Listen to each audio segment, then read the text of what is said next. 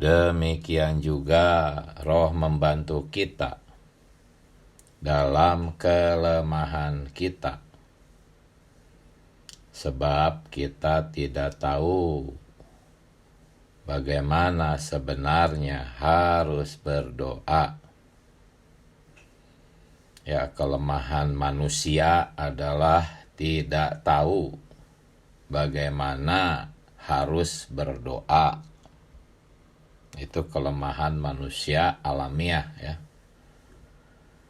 Tetapi Roh sendiri berdoa untuk kita kepada Allah dengan keluhan-keluhan yang tidak terucapkan. Jadi hari ini kita akan melihat apa maksudnya Roh sendiri berdoa. Ya, kita sudah melihat bahwa dua roh telah menjadi satu roh. Roh sendiri berdoa, ya, itu berarti dua roh yang telah menjadi satu roh itu ya. 1 Korintus 6 ayat 17. Nah, kenapa roh itu yang harus berdoa? Karena dalam alam pemikiran manusia alamiah, manusia itu tidak tahu sama sekali tidak tahu apapun tentang jenis doa yang Allah mau.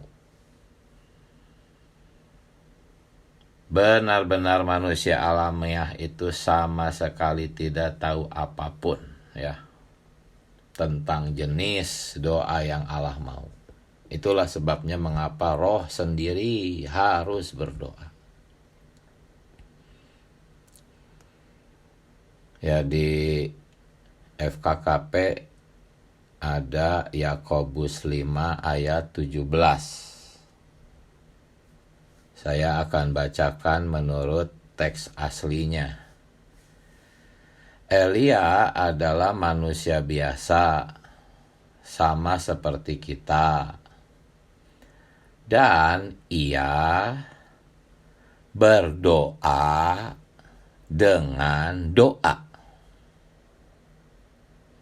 Kalau di LAI bersungguh-sungguh berdoa. Elia berdoa dengan doa. Nah, ini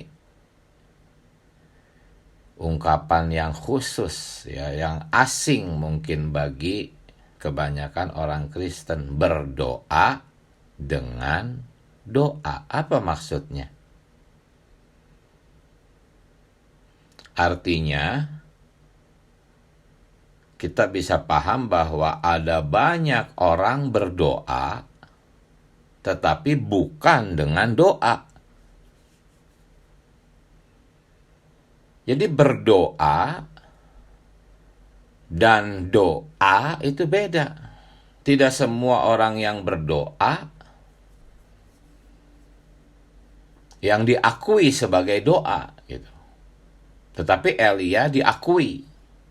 Dia berdoa dengan doa, maka Allah menurunkan hujan. Ya, tidak menurunkan hujan selama 3 tahun, 6 bulan. Allah mengabulkan doa Elia. Ya, karena Elia berdoanya dengan doa. Nah, ini ungkapan yang khusus ini. Jadi semua orang Kristen berdoa, tetapi pertanyaannya apakah ya, itu adalah doa? Nah, gitu ya. Ada banyak doa-doa yang bukan doa, saudara-saudari. Ya, jadi apa maksudnya berdoa dengan doa? Nah, kita akan melihat ya dalam FKKP hari ke-5 dan ke-6 ini. Ya, doa yang dimaksud di sini adalah doa yang sesuai dengan standar Allah. Jadi banyak orang Kristen berdoa tetapi tidak sesuai dengan standar Allah. Akibatnya Allah tidak mengakui doa itu sebagai doa. Nah, di rawatan pagi hari kelima ada satu ungkapan, saudara-saudari, bahwa doa itu manusia bersatu dengan Allah dan Allah dengan manusia. Jadi doa yang sesuai dengan standar Allah itu adalah manusia berdoa bersatu dengan Allah. Dan Allah pun bersatu dengan manusia berdoa. Nah, kemudian ada juga ungkapan di rawatan pagi, sulit dikatakan bahwa doa itu semata-mata Allah di dalam manusia atau semata-mata manusia di dalam Allah. Maksudnya tuh, apakah Allah yang berdoa di dalam manusia atau manusia yang berdoa di dalam Allah? Ini sulit. Sebab keduanya bersatu gitu. Siapa yang berdoa? Roh Allah yang berdoa atau manusia yang berdoa? Di Roma 8 ayat 26-27 yang tadi kita doakan juga diperlihatkan, memang dikatakan roh sendiri yang berdoa, menyampaikan permohonan. Tetapi yang Allah dengar, yang Allah lihat itu hati nurani. Jadi roh sendiri itu berdoa, tapi Allah itu melihat hati nurani. Jadi ini hati nurani manusia ya. Jadi ini hati nurani manusia atau roh itu sendiri yang berdoa. Nah, ini sulit.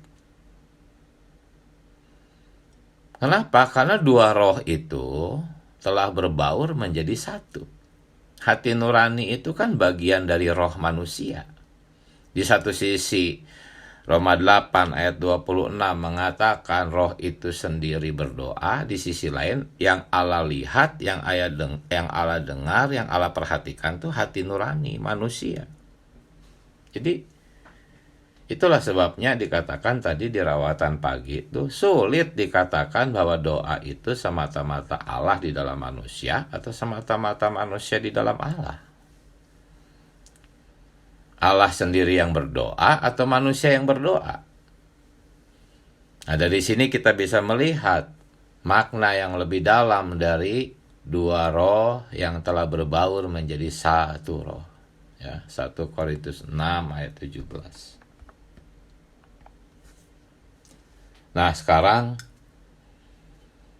saya ingin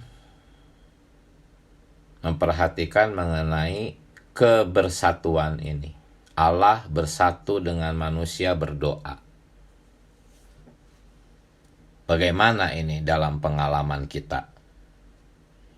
Ini harus kita alami dan saya yakin kita sudah mengalaminya, hanya nggak sadar aja gitu ya. Di dalam pelajaran Hayat Roma, berita yang ke-19, saudara-saudari, saudara kita tuh menyoroti kata demikian juga. Itu di dalam Roma 8 ayat 26 yang tadi kita doa bacakan. Apa maksudnya demikian juga? Nah, dikatakan di pelajaran Hayat Roma itu bahwa kata demikian juga itu mengandung makna ketika kita berdoa, roh berdoa, dan bukan hanya itu, caranya bagaimana kita berdoa, demikian juga Roh berdoa dengan cara yang sama dengan kita. Gitu ya. Itu makna dari demikian juga. Demikian juga itu adalah kita berdoa bagaimana, Roh itu pun berdoa sedemikian gitu. Itu menurut baca pelajaran Hayat Roma berita 19 ya. Nah, kata demikian juga Roh itu membantu kita. Kata demikian juga artinya ketika kita mengeluh, Roh Kudus pun mengeluh di dalam kita. Demikian juga gitu. Ketika kita sedang kondisi lemah, dia pun merasakan kelemahan kita. Kita mengeluh, dia pun merasakan beban kita. Dia pun mengeluh di dalam kita. Ketika kita sedang berdoa sambil berharap, dia pun juga berharap di dalam kita. Ini doa yang bersatu dengan Allah tuh seperti itu. Bahkan ketika kita sedang berteriak kencang, dia pun juga berteriak kencang gitu di dalam kita. Ketika kita sedang menguji, mengucap syukur, berdoa dengan riang, dia pun juga bersuka cita, riang di dalam kita. Itu maksudnya demikian juga. Doa kita seperti apa? Doa dia pun juga seperti itu. Itulah doa yang bersatu dengan Allah. Corak doa kita menjadi corak doa Roh itu. Nah, ini kabar sukacita, ini menghibur saudara-saudari. Jadi jangan pernah merasa saya tidak bisa berdoa. Jangan. Itu tipuan setan. Roh itu di dalam kita membantu kita berdoa. Bagaimana kita berdoa, dia bersatu dengan doa kita. Kita menangis sedih, dia pun ikut menangis sedih di dalam kita. Jadi kadang-kadang tanpa sadar ketika Anda menyeru nama Tuhan dengan hati yang murni, Anda bersatu dengan dia sehingga keluhan-keluhan Anda itu adalah keluhan-keluhan roh. Dan itu Allah dengar. Mungkin Anda tidak dapat mengatakan kata-kata, Anda hanya menyeru nama Tuhan sambil mengeluh. Oh Tuhan Yesus, tolong saya Tuhan. Tuhan Yesus, saya perlu dirimu. Kita hanya ada rasakan sesuatu di dalam batin tuh begitu berat, menekan.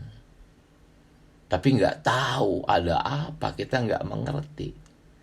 Sehingga kita tidak bisa mengucapkannya. Hanya mengeluh saja mengeluh. Dan roh itu membantu kita menerjemahkan keluhan-keluhan itu kepada Allah. Allah bisa mengerti. Gitu. Kita mungkin nggak mengerti apa yang sedang kita doakan. Jadi ini kabar sukacita, ini sangat menghibur kita, saudara-saudari.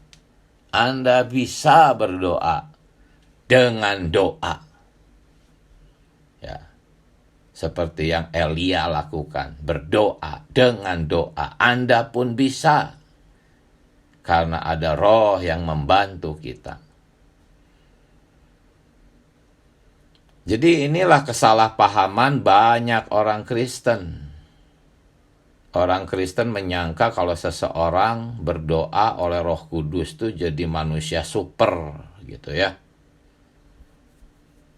Tadinya kalau Roh Kudusnya belum menguasai, dia lemah. Begitu Roh Kudus menguasai doanya, oh dia langsung jadi manusia super gitu ya. Enggak seperti itu. Jangan Anda mengira bahwa Roh Kudus itu sangat beda dengan kita, tidak. Demikian juga. Ya, sama. Kata demikian juga Roh membantu. Apa adanya kita ketika kita bersandar kepada Allah, menyeru nama Tuhan dengan hati yang murni, maka demikian juga Roh itu berdoa di dalam kita. Ya. Roh di dalam kita itu bukan menjadikan kita manusia hebat gitu, bukan. Kata-kata doanya jadi bagus, bukan seperti itu. Ya, itu kesalahpahaman dan kebodohan orang-orang Kristen yang tertipu setan, sehingga merasa hanya orang-orang tertentu saja yang bisa berdoa. Kalau di kekristenan kan seperti itu, ada khusus pasukan doa katanya. Saya sering bertemu dengan saudara-saudari semacam itu. Merasa dirinya tuh pangkatnya lebih tinggi karena mereka itu pasukan doa. Khusus pendoa syafaat. Yang lainnya jemaat biasa. Nah, ini kacau ini. Ini tipuan jahat musuh sehingga membuat orang-orang tuh doanya bukan doa, berdoa bukan dengan doa.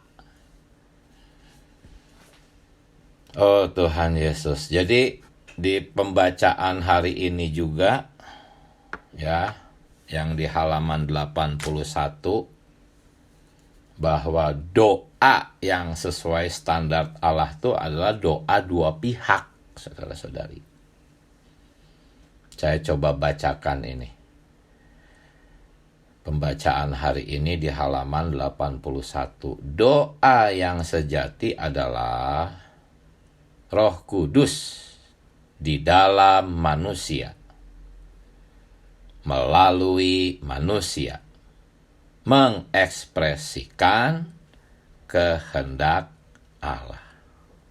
Artinya apa? Artinya ketika orang berdoa dengan doa yang standar Allah, sebetulnya Allah sedang berdoa. Itu doanya Allah sendiri.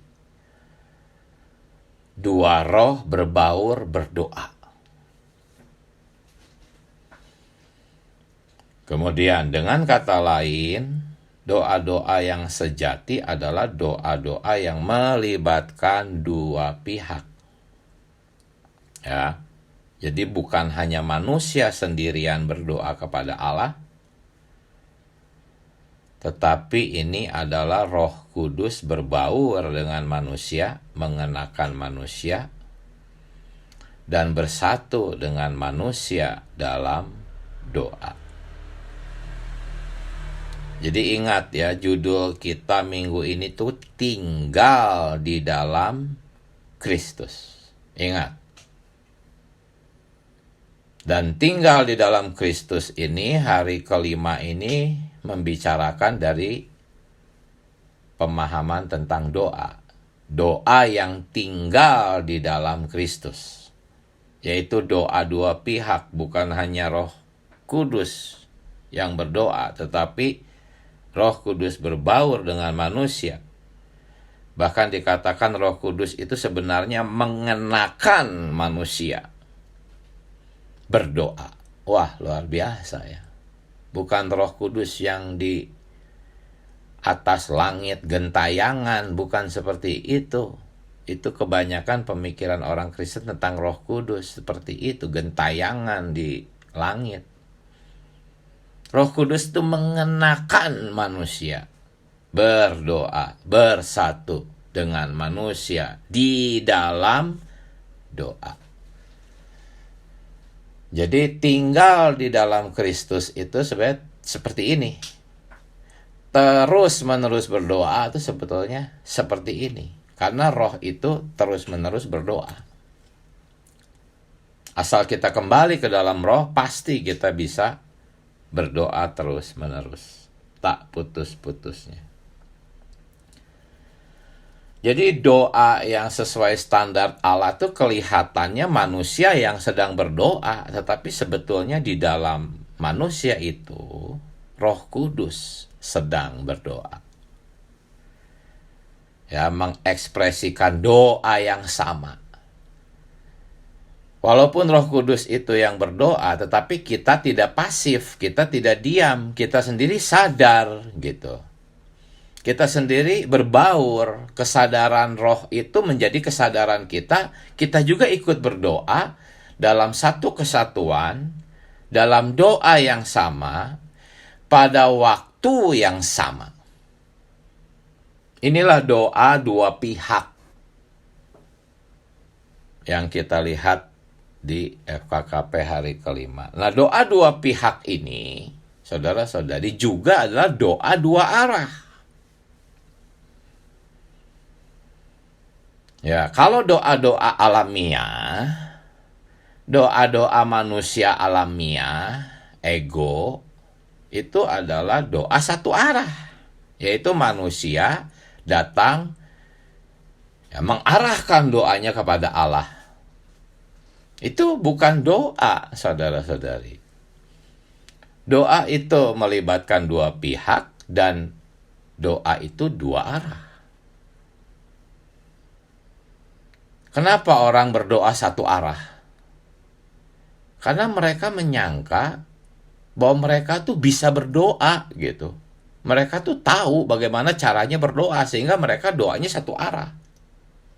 Jangan seperti itu. Sadari kita tuh nggak tahu bagaimana harus berdoa.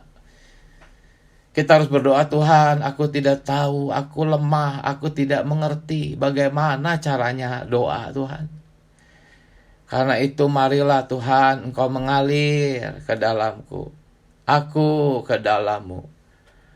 Marilah Tuhan, kita berdoa dua arah, Tuhan Yesus. Jangan pernah merasa tahu. Orang-orang yang merasa tahu, merasa hebat, merasa sudah jago berdoa, ya doanya satu arah. Ketika ada yang sakit, langsung doakan. Tuhan sembuhkan. Nah, itu doa satu arah tuh. Kita kan sering gitu. Begitu sakit langsung, Tuhan sembuhkan. Nah, itu doa satu arah. Tapi kalau doa dua arah nggak gitu. Kita bertanya kepada Tuhan. Membiarkan Tuhan mengalir lebih dulu ke dalam kita. Ya, sehingga kita bisa merasakan apa yang Allah rasakan. Nggak langsung mengarah doa satu arah ke Tuhan. Begitu pula ketika kita sedang kekurangan, kesulitan, ekonomi, dan sebagainya. Orang-orang yang merasa tahu berdoa itu doanya satu arah. Langsung minta supply, minta jalan keluar, minta pertolongan. Kita jangan seperti itu. Ingat, doa itu dua arah. Harus Allah dulu yang menjamah kita, mengalir ke dalam kita dulu. Makanya doa itu sering harusnya bertanya dulu. Di dalam kidung-kidung kita tentang doa, ada banyak doa bertanya. Ketika kita sedemikian berdoa, maka kita memberi kesempatan Allah mengarah dulu kepada kita, mengalir dulu ke dalam kita, lalu kita mulai mengalir ke arah Dia. Ini doa yang dua arah. Kita tidak langsung minta pertolongan, kita tidak langsung minta supply, dana, segala macam, tapi kita terbuka hati kita membiarkan Allah mewahyukan dulu dirinya. Ya, jadi bukan dalam doa tuh bukan hanya kita yang mengontak Allah, saudara-saudari, tetapi pertama-tama justru Allah dulu mengontak kita. Tetapi ketika kita tetap tinggal di dalam Dia, gitu kan. Ketika kita tetap tinggal di dalam Dia, Allah akan mengontak kita. Lalu di dalam diri kita akan ada muncul perasaan, keinginan, kehendak akibat dari Allah yang mengalir ke dalam kita. Nah, kemudian langkah keduanya kita mengalir melalui doa mengarah kepada Dia. Ini doa dua arah, doa dua pihak, saling mengontak, saling mengalir. Ya, inilah doa yang Elia doakan. Elia berdoa dengan doa macam ini sesuai standar Allah, saling mengalir, saling mengontak. Tetapi kita harus tetap tinggal di dalam Dia. Artinya yang kita sudah bahas di hari pertama, kedua, ketika ada yang salah, berhenti dulu. Bisa-bisa kita sudah mulai meninggalkan Dia. Berhenti dulu. Ya, kembali ke dalam Roh. Itu maksudnya tinggal di dalam Dia. Nah, setelah itu Dia akan terus mewahyukan dirinya kepada kita. Dia duluan yang mengalir ke dalam kita yang kembali ke dalam Roh, ke posisi yang tepat. Baru kita akan mengalirkan doa-doa kita kepada Allah. Inilah doa dua arah, doa dua pihak saling mengontak, saling mengalir. Ini di dalam perjanjian lama sudah ada gambarnya, saudara-saudari, yaitu di dalam Yehezkiel pasal 36 ayat 37. Di sana dikatakan bahwa aku, yaitu Allah, menginginkan apa? Allah menginginkan apa? Supaya kaum Israel berdoa. Berdoa kepadaku, meminta kepadaku. Apa yang diminta? Apa yang hendak aku lakukan, gitu. Itu Yehezkiel 36-37. Allah ingin Israel berdoa, meminta sesuatu yang Allah ingin lakukan. Ini aneh. Allah ingin lakukan, ya kalau kita kan lakukan sajalah Tuhan. Kok nunggu-nunggu lama-lama? Ayo, kau ingin lakukan apa? Lakukan. Kok nunggu saya minta? Saudara-saudari, bukan hanya kita yang harus berdoa dua arah. Allah pun juga berdoanya dua arah. Kenapa? Karena ekonomi Allah adalah Allah ingin berbaur dengan manusia. Kalau Allah tidak ingin berbaur dengan manusia, ya udah Allah lakukan aja apa yang Dia mau. Tetapi karena Allah ingin berbaur dengan manusia, maka doanya itu harus dua arah. Allah pun tidak bisa apa-apa gitu. Dia terikat oleh keinginannya sendiri, hasrat hatinya sendiri. Dia terikat, dia terbatasi oleh keinginannya sendiri. Allah ingin berbaur dengan manusia sehingga Allah belum bisa bekerja kalau manusia belum berdoa. Tetapi doa manusia itu harus hasil dari wahyu Allah. Ini doa dua pihak, doa dua arah, doa saling mengalir, doa saling mengontak.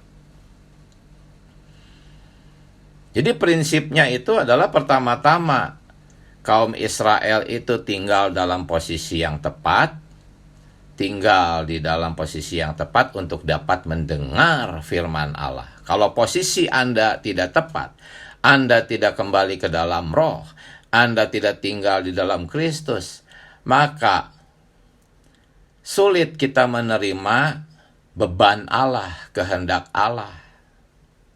Tetapi kalau kita tinggal di dalam Allah, tinggal di dalam Kristus, Allah akan mengalirkan pertama-tama dirinya sendiri ke dalam kita. Itu yang dilakukan Allah ketika Allah ingin kaum Israel berdoa. Pertama-tama Allah memperdengarkan firman-Nya. Kemudian kaum Israel menerima firman Allah. Apa firman Allah? Itu kehendak Allah. Apa kehendak Allah? Yaitu yang ingin Allah lakukan. Nah, kemudian firman Allah itu masuk ke dalam bangsa Israel, akhirnya menjadi keinginan bangsa Israel itu sendiri. Timbullah keinginan-keinginan yang baru. Itu prosesnya Allah ingin melakukan apa yang menjadi kehendaknya. Terlebih dahulu harus ada bangsa Israel berdoa.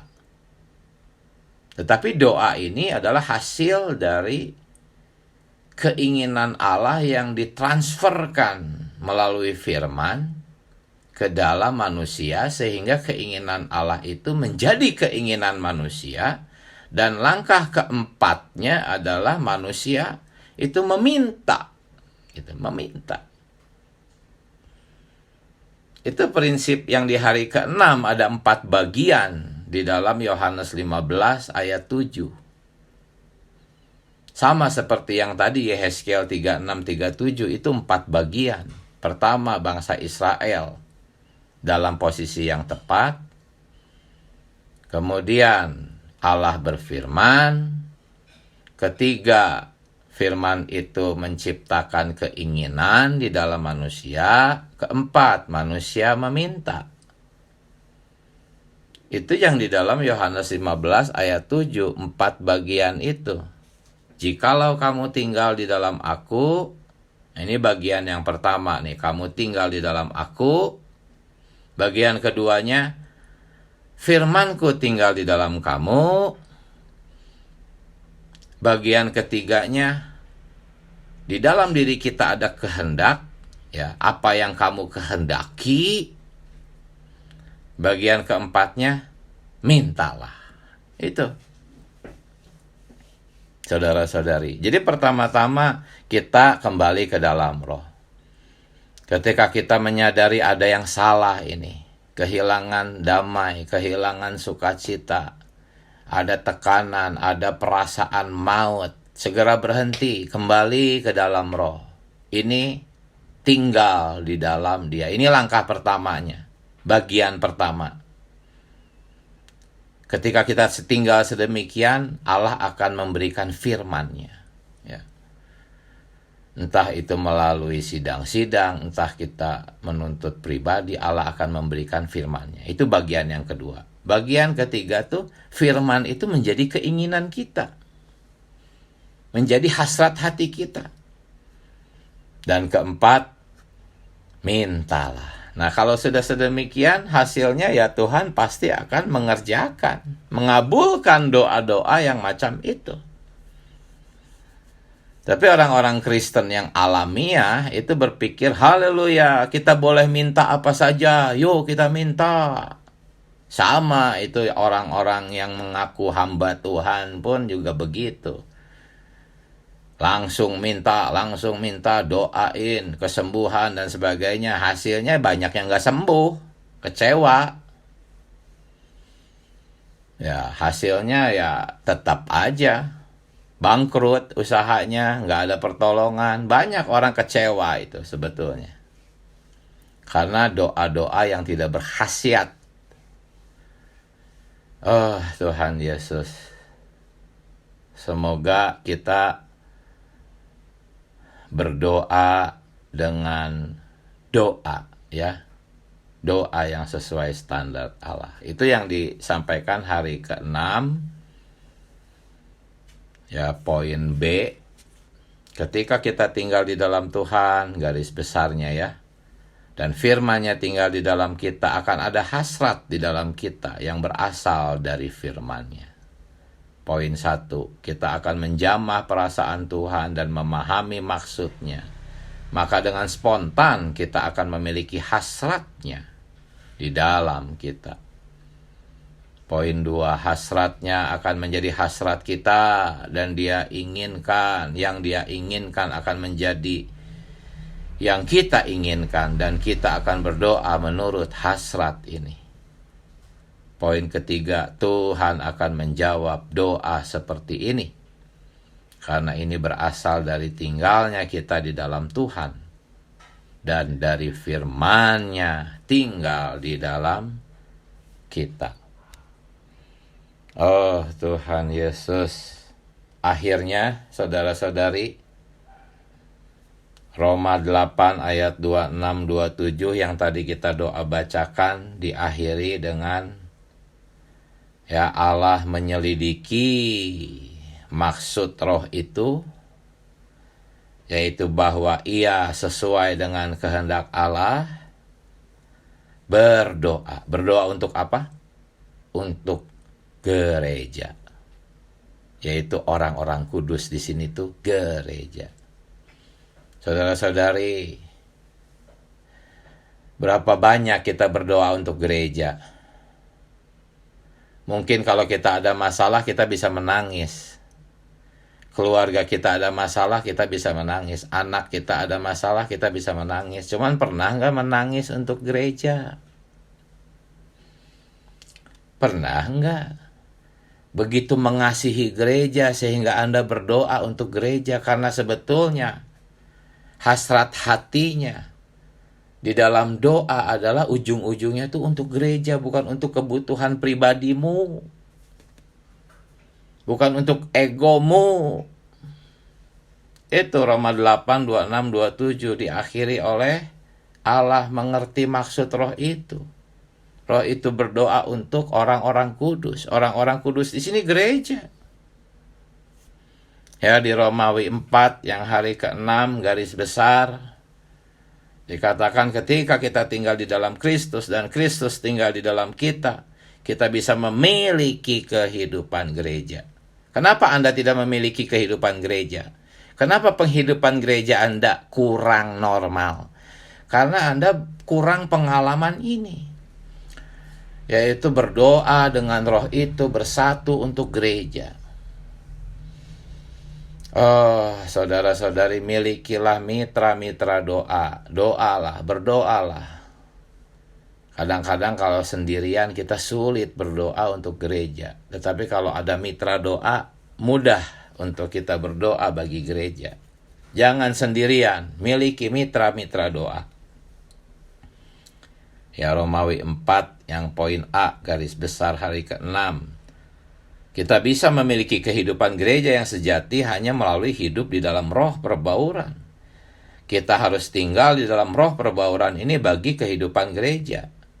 B. Kehidupan gereja adalah kehidupan saling mengasihi. C. Ketika kita tinggal di dalam Kristus sebagai pohon anggur, kita berbagian dalam persekutuan yang luar biasa di antara sesama ranting. Ya. Dengan memiliki hidup gereja, tidak menyendiri, tidak senang sendirian di rumah, tetapi terbebas dari individualistis, mencari saudara-saudari untuk bersekutu, tidak merasa mampu berdoa sendirian, maka hasilnya kita akan memiliki hidup gereja. Ya, saya pernah membaca ada satu hamba Tuhan yang bernama E.M. Bounds, ya. Dia berkata bahwa doa tidak bisa dipelajari di dalam kelas, ya, tetapi di dalam praktek, gitu. Jadi jangan hanya mempelajari teorinya. Semua yang saya sampaikan mungkin bisa jadi aja ini teori, tetapi harus dipraktekkan pertama-tama di ruang pribadi, kedua dengan mitra-mitra doa, memiliki doa-doa. Inilah saudara-saudari kenikmatan saya di hari ke-5 dan ke-6. Haleluya. Mari sekarang saudara-saudari berbagi nikmat Tuhan Yesus. Amin. Silahkan manfaatkan waktunya. Amin. Maaf, saya duluan. Silahkan, puji Tuhan. Amin. Iya, bersyukur gitu ya bahwa ini terang yang memerdekakan. Kalau saya dulu pengertiannya seperti sama itu yang seperti saudara uraikan.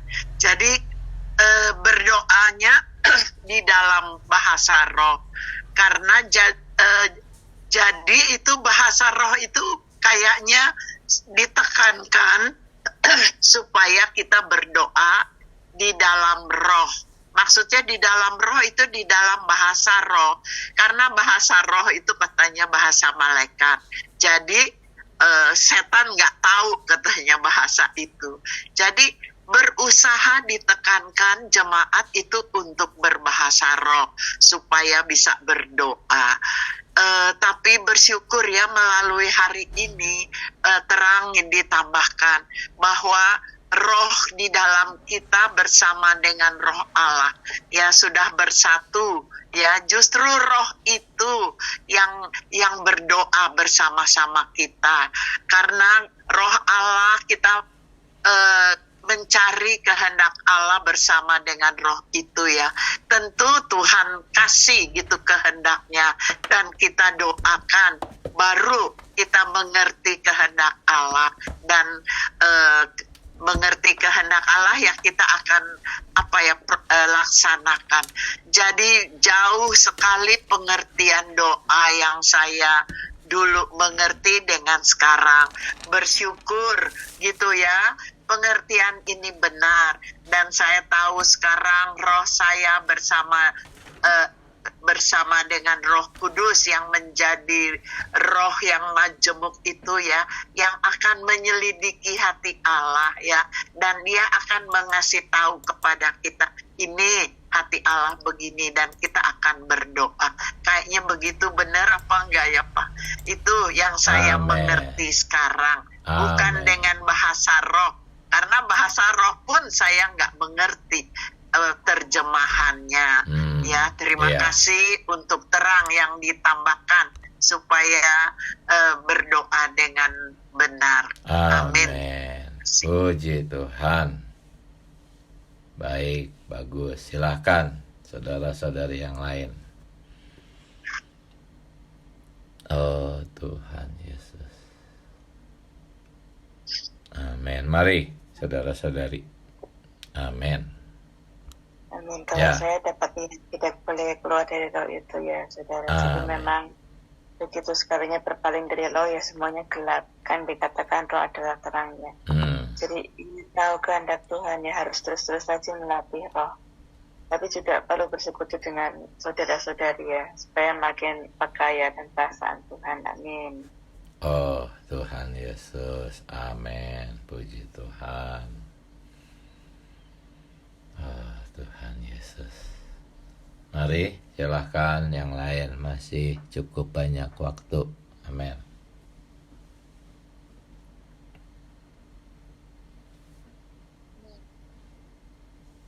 Ya. Oh Tuhan Yesus. Amin.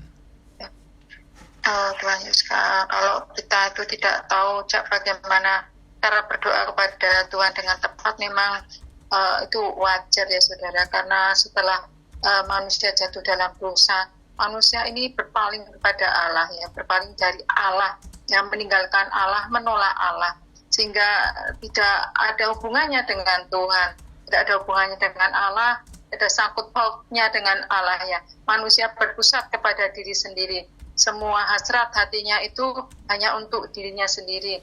Ya, sebenarnya diri sendiri itu adalah berpihak kepada musuh Allah ya, tidak berpihak kepada Allah, tidak mengetahui kedambaan, keinginan, hasrat, kehendak Allah ya saudara ya. Oh Tuhan Yesus ya, itu situasi manusia yang berdosa ya, tidak tahu berdoa kepada Allah, hanya berdoa, katakan berdoa itu hanya untuk diri sendiri. Tetapi setelah kita diselamatkan, oh Tuhan membawa kita di dalam persekutuan dengan dirinya sendiri di dalam hayatnya, gitu ya. Tuhan menjadi faktor kita untuk mengasihi Tuhan, juga untuk mengasihi firman Tuhan. Nah, tadi saudara sebut bahwa di dalam firman Tuhan itu ada kehendak Allah. Oh Tuhan ini sangat menerangi saya. Ketika kita terus-menerus bersekutu di dalam firman, kehendak Allah itu dinyatakan di dalam kita. Kalau kita tidak datang ke dalam firman, tentu kita tidak tahu ya kehendak Allah. Oh Tuhan Yesus, datang kepada firman pun perlu menggunakan roh kita ya saudara ya. Oh, bukan di dalam pikiran kita. Mungkin kita datang kepada firman dan hanya memakai pikiran kita, tidak memakai roh kita. Kita pun tidak ada pengertian ya bagaimana berdoa untuk kehendak Allah saudari. Tetapi ketika kita datang dalam firman dengan membawakan firman itu dengan doa, Tuhan akan menerangi kita sehingga kita tahu kehendak Allah dan kita bisa berdoa untuk kehendak Allah. Oh saudari ya, ini berita yang sungguh bisa menyelamatkan kita ya. Ketika kita datang firman Tuhan, ada kehendak Tuhan yang kita doakan ya. Ada kehendak Tuhan yang kita doakan di dalam firman itu. Tentu Allah akan menjawab doa yang sedemikian ya saudara ya. Karena kita mendoakan diri Tuhan sendiri. Kita mendoakan hasrat hati Tuhan. Oh Tuhan Yesus ini juga akan terus mengajar kita saudara ya. Oh bagaimana berdoa kepada Tuhan. Amin. Amin. Puji Tuhan. Amin. Amin. Silahkan saudari. Amin. Saya bersyukur ya bahwa kita ada di dalam. Saya juga bersyukur bahwa Allah terus mewahyukan ya dirinya ke dalam kita, bahwa ketika kita tinggal di dalam Dia, dalam pohon anggur ini, Dia pun juga akan menyalurkan dirinya, Sang Firman ini ke dalam kita gitu ya. Jadi Firman ini satu dengan kita, dan kita pun juga satu dengan Dia. Di dalam Firman-Nya Dia pun juga menyatakan keinginannya, hasrat hatinya, kemauannya, kehendaknya, sehingga tersingkapkan gitu ya. Dan saya enggak ada konsep seperti ini di dalam kekristenan denominasi ya. Jadi saya merasa kalau saya minta, di Yohanes katakan 15 itu, saat saya tinggal di dalam Dia, apapun yang kamu minta, ya mintalah ya gitu ya, Tuhan pasti akan mengabulkan. Jadi ya tadi dikatakan saudari tadi, konsep saya kalau saya minta, saya doa menurut keinginan saya, ya pasti Tuhan mengabulkan gitu ya. Tapi justru firman ini menyatakan bahwa Tuhan itu sudah tinggal di dalam kita. Dia juga punya suatu hasrat ya. Dia punya hati, dia punya keinginan, perasaan. Dan inilah perasaannya itu juga satu dengan kita. Jadi tidak hanya satu arah, melainkan ada dua arah gitu. Dan kita kembali menggemakan, mengekokan kembali apa yang menjadi hasrat hati Allah ini gitu ya, melalui doa-doa kita, sehingga keinginan Allah pun juga terekspresikan gitu ya, melalui saya, melalui kita. Dan saya banyak belajar perkara ini di dalam pemulihan itu melalui doa baca gitu ya. Satu hal awalnya saya tidak mengerti itu doa baca itu apa gitu ya, tapi melalui doa baca sedikit demi sedikit saya berlatih bahwa mendoakan firman, mendoakan apa yang hasrat hati Allah ini, apa yang Allah inginkan itu ya firman itu gitu ya. Karena itu apa yang Allah tulis ya, itulah keinginannya gitu ya. Jadi kembali saya terus berlatih dari perkara yang apa yang tidak ada di dalam konsep saya gitu ya, doa baca ini, sehingga dengan demikian kita esa ya dengan dirinya sendiri, puji Tuhan. Dan kita pun juga boleh bersatu gitu ya dengan keinginannya, tujuannya, hasrat hatinya, sasarannya, puji Tuhan. Dan kita juga bekerja sama gitu ya dengan Dia. Amin. Puji Tuhan. Amin, saudari. Puji Tuhan. Amin. Silahkan, masih ada waktu. Mari tambahkan. Amin.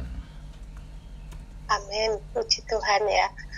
Saya mengucap syukur pagi hari ini kembali saya diterangi ya perkara berdoa ini. Dulu konsep saya ya seperti tadi yang banyak dipersekutukan ya, perkara doa ya, mungkin kalau ada kekurangan datang kepada Tuhan, mungkin kurang sehat datang mohon disembuhkan.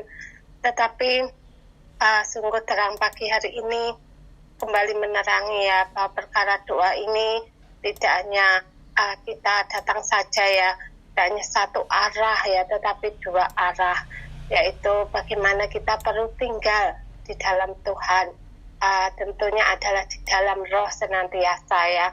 Kalau yang kemarin juga disinggung, kalau kita baik-baik saja pasti tidak ada perasaan, tapi ketika kita mungkin mengalami penyakit rohani ya, kita harus cepat-cepat datang, berpaling ke dalam roh, sehingga kita tetap tinggal di dalam Tuhan, sehingga kita tahu apa yang menjadi hasrat hatinya, maksud hatinya ya.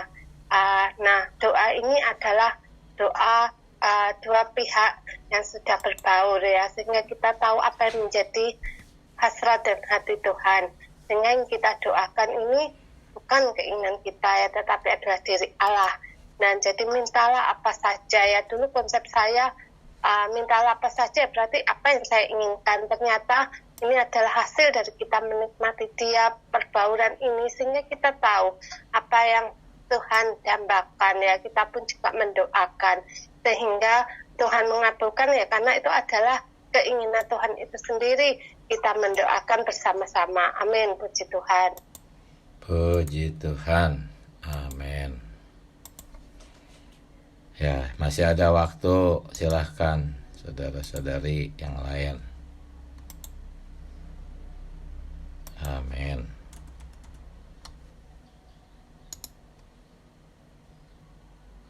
Tuhan Yesus. Mari manfaatkan sisa waktu, silahkan.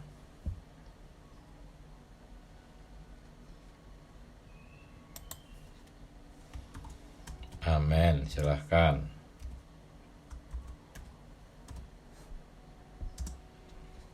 Oh Tuhan Yesus. Ini saudara memang bagi nikmat. Amin.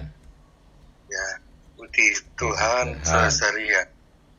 Di pagi ini ya, seperti saudari saya katakan nanti perlu tinggal dulu di dalam roh. Amin. Kita menjadi ada kepekaan mana yang menjadi kehendak Tuhan, hasrat hati Tuhan, baru kita bisa mengerti. Kadang ya seperti anak saya, Selin dengan mamanya, kalau ada kedekatan, baru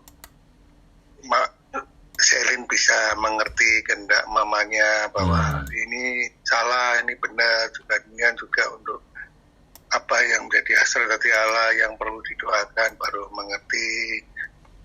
Ya. Doanya gimana, Tuhan, amin. Amin, benar.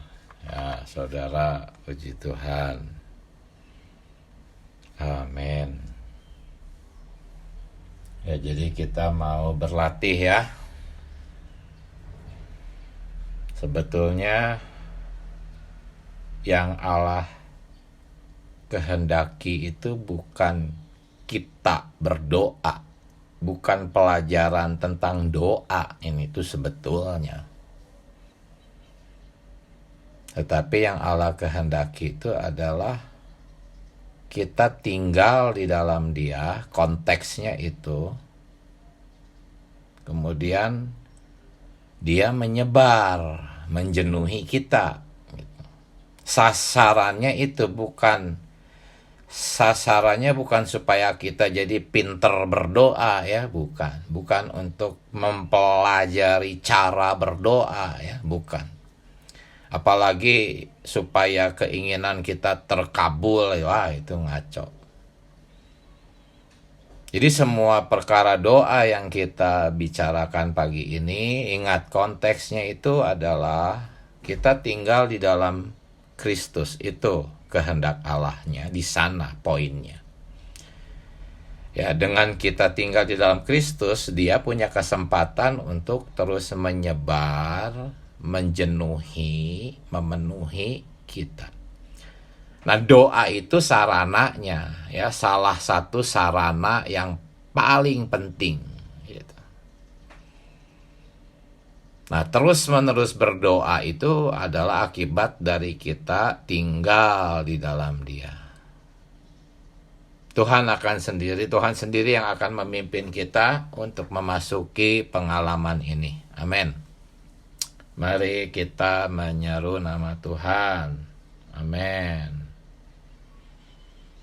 Tuhan Yesus.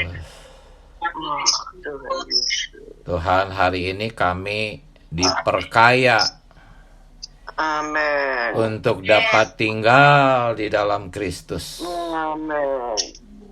melalui pemahaman tentang doa. Ya Tuhan. Kami bisa lebih terbantu untuk tetap tinggal di dalam Kristus Amin. sebagai ranting yang menyerap pengaliran-Mu. Ketika kami sedang berdoa, Engkau mengalir ke dalam kami. Amin. Dan kami mengalir ke dalam Engkau. Ada aliran yang terus-menerus yang membuat kami semakin dijenuhi oleh diri-Mu. Ya, amin. Tuhan, sungguh-sungguh kami perlu berlatih berdoa dengan prinsip-prinsip standar ini. Tuhan, Amin. rahmati kami Tuhan, untuk kami memasuki pengalaman pelajaran pagi ini. Haleluya. Sampai jumpa saudara-saudari, Tuhan memberkati. Amin. Yesus Oh, memberkati. Tuhan, amin.